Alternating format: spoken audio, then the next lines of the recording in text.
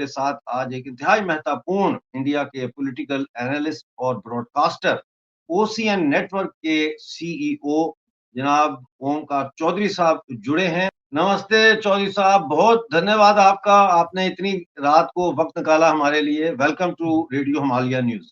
बहुत धन्यवाद अमजद साहब, आपने मुझे याद किया। सबसे पहले तो मुझे ये आप जरा समझाएं कि अयोध्या में हम कैसे हार गए सीट, वो भी ये समाजवादी पार्टी को इतनी लंबी दाढ़ी बंदे की ऊपर इस्लामी टोपी, ये कैसे चमत्कार हुआ हमारे खिलाफ? देखिए साहब, एक तो हमें ये समझना पड़ेगा कि जिसे ये अयोध्या सीट बता रहे हैं वो फैजाबाद सीट है। ये जानबूझ करके उसको अयोध्या सीट बता रहे हैं ताकि ये एक नैरेटिव भेजा जाए पूरी दुनिया को कि जिस अयोध्या में भगवान राम के मंदिर का निर्माण हुआ, प्राण प्रतिष्ठा हुआ, जिसका इतने बड़े पैमाने पर आयोजन किया गया, जिसमें बहुत सारी जानी-मानी हस्तियां शामिल हुई और जिसको बहुत सारी कंट्रीज में जो है लाइव प्रसारित किया गया था, उस सीट पर देखिए साहब भारतीय जनता पार्टी हार गई। और बहुत साजिशपूर्ण तरीके से राहुल गांधी ने भी और अखिलेश यादव ने भी ये कहा पार्लियामेंट के भीतर कि साहब अयोध्या के लोगों ने एक मैसेज भेजा है भारतीय जनता पार्टी के लिए। तो पहली बात तो ये है कि ये सीट का गलत नाम ले रहे हैं। ये फैजाबाद सीट है। इस फैजाबाद सीट पर अब तक जितने चुनाव हुए हैं लोकसभा के लिए, इनमें भारतीय जनता पार्टी केवल 3 बार जीती है। भारतीय जनता पार्टी 3 बार, समाजवादी पार्टी जो है वो 4-5 बार, कांग्रेस 2 बार, 1 बार कम्युनिस्ट पार्टी जीती है। तो ऐसा नहीं है कि फैजाबाद सीट से भारतीय जनता पार्टी कोई पहली बार हारी है और मंदिर निर्माण के बाद ही हारी है। नंबर 2, जो ये एक परसेप्शन क्रिएट किया जा रहा है कि साहब अयोध्या हार गई भारतीय जनता पार्टी, ये गलत बयानी है, ये झूठ बोला जा रहा है। फैजाबाद संसदीय क्षेत्र में जो 5 विधानसभा क्षेत्र आते हैं, उनमें अयोध्या की जो शहर सीट है, वहां से भारतीय जनता पार्टी जीती है। 4,500 ये देखें कितनी डिसइंफॉर्मेशन फैला रहे हैं ये लोग। 4,500 वोटों से भारतीय जनता पार्टी के कैंडिडेट को वहां से लीड मिली है। जो बाकी की 4 विधानसभा हैं वहां भारतीय जनता पार्टी पिछड़ी है और इसलिए समाजवादी पार्टी का कैंडिडेट वहां से जीत गया है। तो ये गलत बयानी की जा रही है, झूठ फैलाया जा रहा है, एक यानी गलत आप ये कह नैरेटिव। रहे हैं कि अयोध्या से जो सीट थी वो बीजेपी ने जीती है और जो सबर्ब से जो सीटें हैं वो उन्होंने हारी हैं। जी हाँ, जी हाँ, बिल्कुल सही है। तो ये एक फेक नैरेटिव पूरी दुनिया में फैलाने की चेष्टा की जा रही है, बल्कि मैं कहूंगा कि साजिश की जा रही है। अच्छा चौधरी साहब, हम देख रहे हैं कि जब से ये पार्लियामेंट का इजलास हुआ है जिसको हम लोकसभा कहते हैं, और आज राज्यसभा में भी हमने देखा, ये राहुल गांधी क्या चाह रहे हैं? ये क्या चलने देंगे बीजेपी सरकार को या ये इसी तरह उधम मचाएंगे? देखिए साहब, एक बात ये हमें जाननी और समझनी चाहिए कि राहुल गांधी का ये फ्रस्ट्रेशन बाहर क्यों निकल रहा है। 2014 में भी ये कांग्रेस को लीड कर रहे थे, जनता ने इनको ठुकरा दिया और ऐतिहासिक इनकी पराजय हुई। ऐसा हिंदुस्तान के इतिहास में कभी नहीं हुआ कि कांग्रेस पार्टी केवल 44 सीटों पर सिमट गई हो।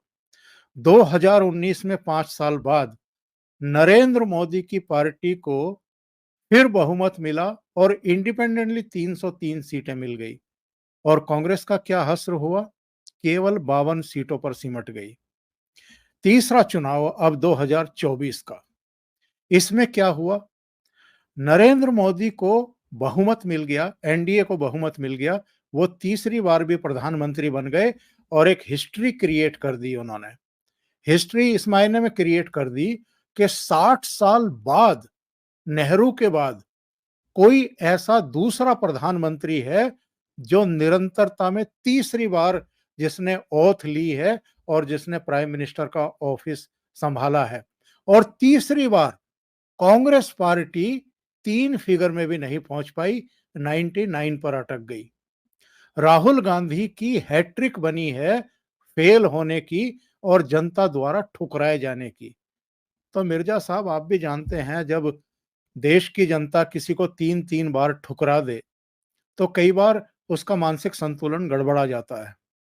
अब ये अगर सदन के बाहर भी संविधान की कॉपी लेकर के लहरा रहे हैं, पार्लियामेंट में भी ड्रामा कर रहे हैं, लोकसभा में करीब 2.25 घंटे का भाषण था नरेंद्र मोदी का, इस बीच लगातार नारेबाजी करवा रहे हैं। और होता नहीं है कि जो एक अपोजिशन का जो लीडर होता है उसकी एक गरिमा होती है, उसको कैबिनेट स्तर का मंत्री का दर्जा दिया जाता है, उसकी जो पोजीशन है उसका उसको सम्मान करना चाहिए।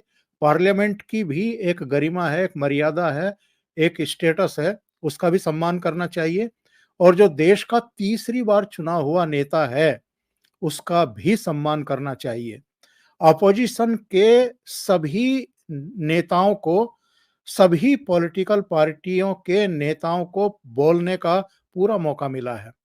तो देश के नेता को भी जो उन्होंने सवाल खड़े किए हैं उसका जवाब देने का उतना ही हक होता है। लेकिन अगर आप उनको नहीं बोलने देना चाहते हैं, जो वो देश को संदेश देना चाहते हैं, अपना पक्ष रखना चाहते हैं अलग-अलग मुद्दों पर, उसके लिए भी आप उनको अगर रोक रहे हैं, तो ये ना तो प्रधानमंत्री नरेंद्र मोदी का अपमान है, ना ये सदन के स्पीकर का अपमान है, ये उन देश की जनता का अपमान है जिन्होंने तीसरी बार नरेंद्र मोदी को प्रधानमंत्री बनाया है। और ये जो संसदीय परंपराएं हैं, जो नियमावली है, जो रूल बुक है पार्लियामेंट की, ये उसका अपमान है। जो अपोजिशन लीडर का एक स्टेटस होता है, ये उसका अपमान है। इस घटना के बाद अब लोगों में चर्चा इस बात को लेकर के है मिर्जा साहब, कि ये और इनकी मम्मी तो चाह रही हैं कि ये देश के प्रधानमंत्री बन जाएं, ये तो लीडर ऑफ अपोजिशन के पद के लायक भी नहीं है, ये उसकी गरिमा और मर्यादा भी नहीं समझ पा रहे हैं। और जिस तरीके से ये सक्रिय दिखाई दिए हैं और लोगों को हाथ पकड़ पकड़ करके वेल में जाकर के हंगामे करने के लिए प्रेरित कर रहे हैं, जिसको लेकर के स्पीकर ने भी अपना गुस्सा जाहिर किया और ये कहा कि आप मत भूलिए कि आप नेता अपोजिशन है, लीडर अपोजिशन है और उस पद की एक गरिमा और मर्यादा होती है। तो ये होशो हवास खो बैठे हैं। आज जब हम बात कर रहे हैं रात को, तो राज्यसभा में जवाब था प्राइम मिनिस्टर का, वहां भी इन्होंने प्राइम मिनिस्टर को शुरू में रोकने की कोशिश की। जब वो नहीं रुके, इसके बाद इन्होंने बॉयकॉट किया उनके भाषण का और बाहर चले गए। लेकिन दोनों सदनों में प्राइम मिनिस्टर ने इनको, जो कॉन्स्टिट्यूशन की ये बुक लेकर के ड्रामेबाजी कर रहे हैं पिछले कुछ दिनों से, उस मुद्दे पर भी इनको घेरा, इनको आईना दिखाया, इनके जो पाप हैं, इनके जो धत कर्म हैं, वो इनको दिखाए और बताए और पूरे देश को और दुनिया को बताए कि 1975 में इंदिरा गांधी ने क्या किया था, किस-किस तरह के संविधान संशोधन किए गए थे।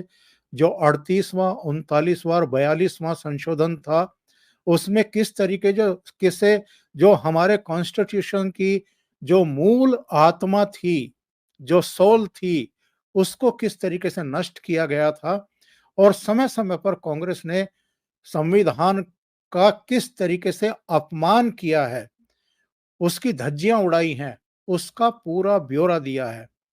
दोनों दिन प्रधानमंत्री ने अलग-अलग मुद्दों पर जिस तरीके से देश के सामने पक्ष रखे हैं, ये अगले दिन यानी जो राज्यसभा में भाषण था प्रधानमंत्री का, उसको तो सुनने की हिम्मत भी नहीं जुटा पाए, क्योंकि इनके 2.25 घंटे के नारेबाजी के बावजूद 73-74 साल के नरेंद्र मोदी रुके नहीं, डरे नहीं, थके नहीं, बल्कि एक सीन ऐसा सामने आया बाद में जिससे इनको शर्मसार होना चाहिए।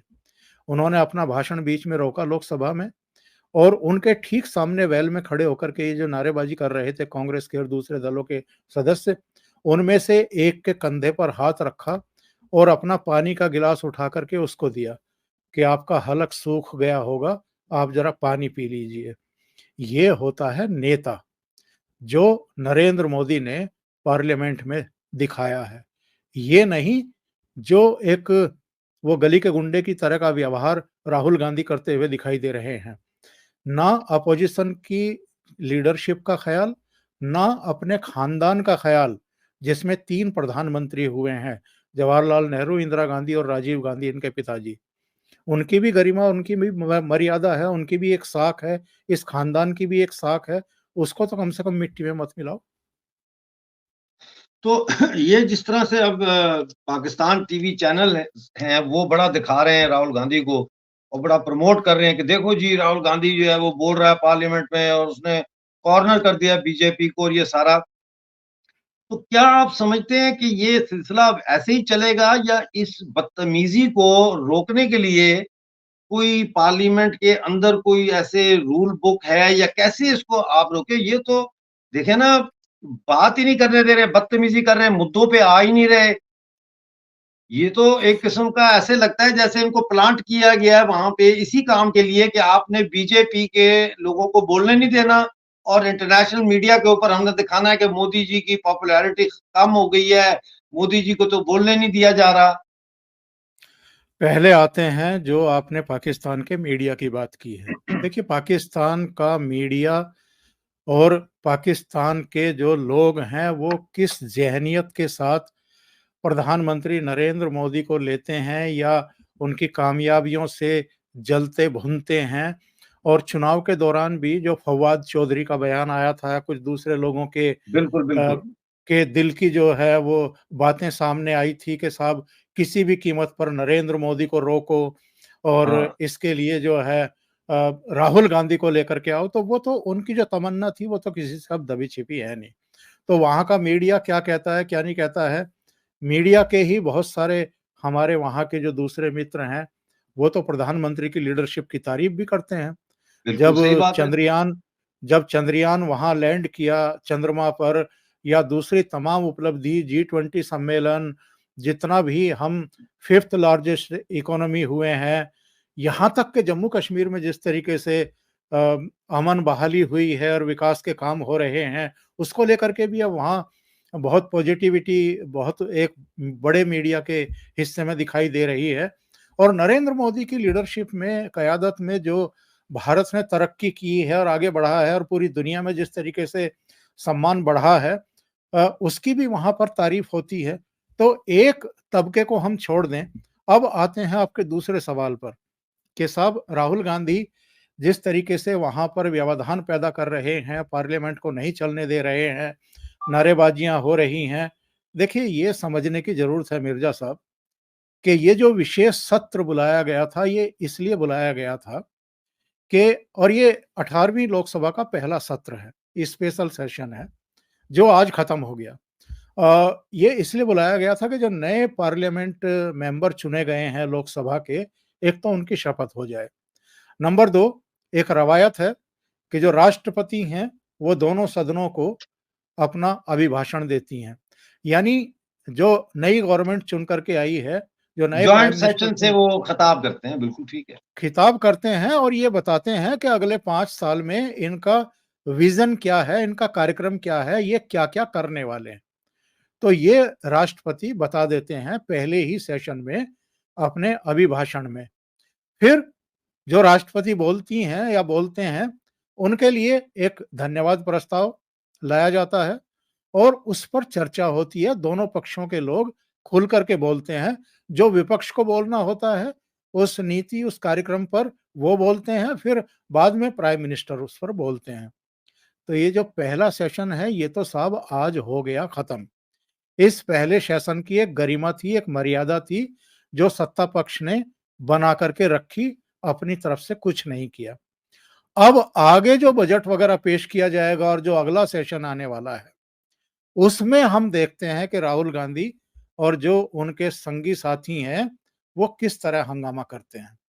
आने वाले सेशन में आप देखेंगे, और इस बार भी देश ने देखा है कि लोकसभा स्पीकर ने भी और राज्यसभा के जो सभापति हैं उपराष्ट्रपति जगदीप धनखड़ साहब, दोनों का कितना कड़ा रुख रहा है हंगामे को लेकर के। तो अगर आने वाले सेशंस में भी इन्होंने पार्लियामेंट को नहीं चलने दिया, अगर हंगामे किए, तो जरा पिछला सेशन याद कर लीजिए, पिछली लोकसभा का आखिरी दिन याद कर लीजिए, आखिर के 3 दिन याद कर लीजिए, जब 146 मेंबर ऑफ पार्लियामेंट को सस्पेंड किया गया था। तो बिल्कुल। इनका इलाज करना जानती है मोदी सरकार। और जहां तक ये दुनिया भर में बदनामी करने की बात है, या सोशल मीडिया मंचों का या मीडिया का उपयोग दुरुपयोग करने की बात है, तो उसमें भी नरेंद्र मोदी ने बहुत साफ शब्दों में इस बार कह दिया है। उन्होंने कहा है कि ये जो इकोसिस्टम है, और इकोसिस्टम कौन है? जो सेलेक्टिव तौर पर कुछ मुद्दों पर तो हंगामा करता है, अफवाहें फैलाता है, उसको तूल देता है, और कुछ मुद्दों पर चुप्पी साध जाता है। किन मुद्दों पर चुप्पी साधता है? जहां कांग्रेस के और वामपंथियों के हित प्रभावित होते हैं, वहां चुप्पी साध जाता है। जहां नरेंद्र मोदी या Bharatiya Janata party ruled state में कोई बड़ी घटना हो जाए और इनको बदनामी करने का मौका मिल जाए, उनको तूल देता है। तो नरेंद्र मोदी ने कहा है सदन में खड़े होकर के कि इस बार ये जो इकोसिस्टम है, इसकी जो साजिशें हैं, उसी की भाषा में उसका जवाब दिया जाएगा। इसका मतलब ये हुँ। है कि एक मैकेनिज्म तैयार कर रहा है पीएमओ, और इस बार इस इकोसिस्टम को भी डंडेबाजी का सामना करना पड़ेगा। बिल्कुल सही कह रहे हैं और अगर ये राहुल गांधी साहब पार्लियामेंट को मछली बाजार बनाएंगे तो ये भी ऐन मुमकिन है कि जो मोदी जी के भगत हैं, जो उनके चाहने वाले हैं, वो फिर इनका सड़कों पर मुकाबला करेंगे। ये फिर ऐसे नहीं चलेगा। ये इसका फिर जवाब ये भी हो सकता है कि इसका जवाब कांग्रेस को सड़कों पे मिले। आपके आखिरी सवाल मैं पूछना चाहता हूँ पंजाब के इलेक्शन के हवाले से। पंजाब में अब इलेक्शन होने जा रहे हैं, कैसे देख रहे हैं आप इन इलेक्शंस को? जी, पंजाब में नहीं है, हरियाणा में है। जी, और हरियाणा सॉरी। हरियाणा में है, महाराष्ट्र में है, झारखंड में है, जम्मू कश्मीर में है। जम्मू कश्मीर में सितंबर में है, और दिल्ली में है जनवरी 2025 में। यानी इन 5 राज्यों में अगले 6-7 महीने में चुनाव होने वाले हैं। तो भारतीय जनता पार्टी की तैयारियां हो रही हैं, इनकी भी तैयारियां हो रही हैं। और जिस तरीके से राहुल गांधी अग्निवीर को लेकर के राजनीति कर रहे हैं, गलत बयानी कर रहे हैं, लोगों को उकसा रहे हैं, इसकी वजह मिर्जा साहब यही है कि हरियाणा एक ऐसा स्टेट है जहां विधानसभा के चुनाव होने जा रहे हैं, और जहां से मैक्सिमम अग्निवीर या सैनिक भर्ती होते हैं तीनों सेनाओं में। हरियाणा हुँ। एक ऐसा पोटेंशियल वाला स्टेट है जहां से सेना के जवान भर्ती होते हैं, और हर 10वां जवान जो है सेना का, वो हरियाणा से है। और हरियाणा में ये लोग लोगों को कंफ्यूज करके, भड़का करके, झूठ बोल करके वोट हासिल करना चाहते हैं। एक चैलेंज है, क्योंकि पिछले 10 साल से वहाँ भारतीय जनता पार्टी की सरकार है स्टेट में। तो 10 साल की एक एंटी इनकम्बेंसी फैक्टर भी होता है। लेकिन नरेंद्र मोदी वहाँ बहुत लोकप्रिय रहे हैं, और उसी की बदौलत वहाँ पर दोनों बार सरकारें भी बनी हैं भारतीय जनता पार्टी की। झारखंड एक दूसरा राज्य है जहाँ चुनाव होंगे, वहाँ भी ये लोग कोशिश कर रहे हैं कि इनकी सरकार रिपीट हो जाए, क्योंकि वहाँ झारखंड मुक्ति मोर्चा और कांग्रेस की मिली-जुली सरकार है। लेकिन लोकसभा चुनाव में मैक्सिमम सीटें वहाँ भारतीय जनता पार्टी ने जीती हैं, इस बार भी, और 2019 और 2014 में भी। तो झारखंड में भी सत्ता बदल की उम्मीद की जा रही है, भारतीय जनता पार्टी के वापस आने की उम्मीद है। महाराष्ट्र एक और ऐसा स्टेट है जहां पर भारतीय जनता पार्टी के लिए इस बार चुनौती खड़ी होंगी, क्योंकि वहां से लोकसभा की 48 सीटें आती हैं, जिनमें से 30 सीटें इस बार जो भारतीय जनता पार्टी का विरोधी खेमा है, यानी कांग्रेस, एनसीपी और शिवसेना उद्धव ठाकरे, उन्होंने जीत ली हैं, और भारतीय जनता पार्टी को वहां नुकसान उठाना पड़ा है। तो भारतीय जनता पार्टी की इस समय वहाँ सरकार है। एनसीपी का टूटा हुआ धड़ा, शिवसेना का टूटा हुआ धड़ा और भारतीय जनता पार्टी, इनकी मिली-जुली सरकार है। तो वहाँ भी देखना होगा कि किस तरह का प्रदर्शन रहने वाला है, किस तरह की चुनौतियाँ हैं। जम्मू कश्मीर पर तो सबकी निगाहें लगी हुई हैं, पूरी दुनिया की निगाहें रहेंगी, क्योंकि 5 अगस्त 2019 को जो वहाँ बदलाव किए गए थे, स्पेशल स्टेटस का जो दर्जा वापस ले लिया गया था और जो हिंदुस्तान के बाकी राज्य हैं, अब जम्मू कश्मीर वैसा ही राज्य है। और मिर्ज़ा साहब, आपसे बेहतर कौन जानता है कि जम्मू कश्मीर में किस तरह के बदलाव देखने को मिल रहे हैं। आतंकवाद लगभग अपने अंतिम चरण में है और जो अलगाववादी थे वो अलग-थलग पड़ गए हैं। जो पाकिस्तान परस्त लोग थे वो भी अब चुप रह रहे हैं। पत्थरबाजी खत्म हो गई है, विकास की यात्रा वहाँ पर शुरू है। उसका असर आपके पीओजे में, गिलगिट-बाल्टिस्तान में भी दिखाई दे रहा है। वहाँ के लोग भी अब बढ़ चढ़ करके ये कहने लगे हैं कि सरहदें खोल दीजिए, हमें तो भारत में ही मिलना है। तो ये इम्पैक्ट दिखाई दे रहे हैं। इस बार जो लोकसभा चुनाव हुए हैं, 2 सीटें नेशनल कॉन्फ्रेंस फारूक अब्दुल्ला की पार्टी ने जीती हैं, 2 भारतीय जनता पार्टी ने जीती हैं और 1 लद्दाख वाली में इंडिपेंडेंट जो है वो विजयी हुए हैं और कांग्रेस को मिली है इतनी बड़ी शून्य। तो कांग्रेस को जम्मू कश्मीर से भी कोई उम्मीद नहीं करनी चाहिए, झारखंड से भी उम्मीद नहीं करनी चाहिए। 2 स्टेट को लेकर के ये उम्मीद कर सकते हैं थोड़ी बहुत, हरियाणा और महाराष्ट्र, लेकिन उसको भी आसानी से नरेंद्र मोदी जाने नहीं देंगे, ऐसा मेरा मानना है।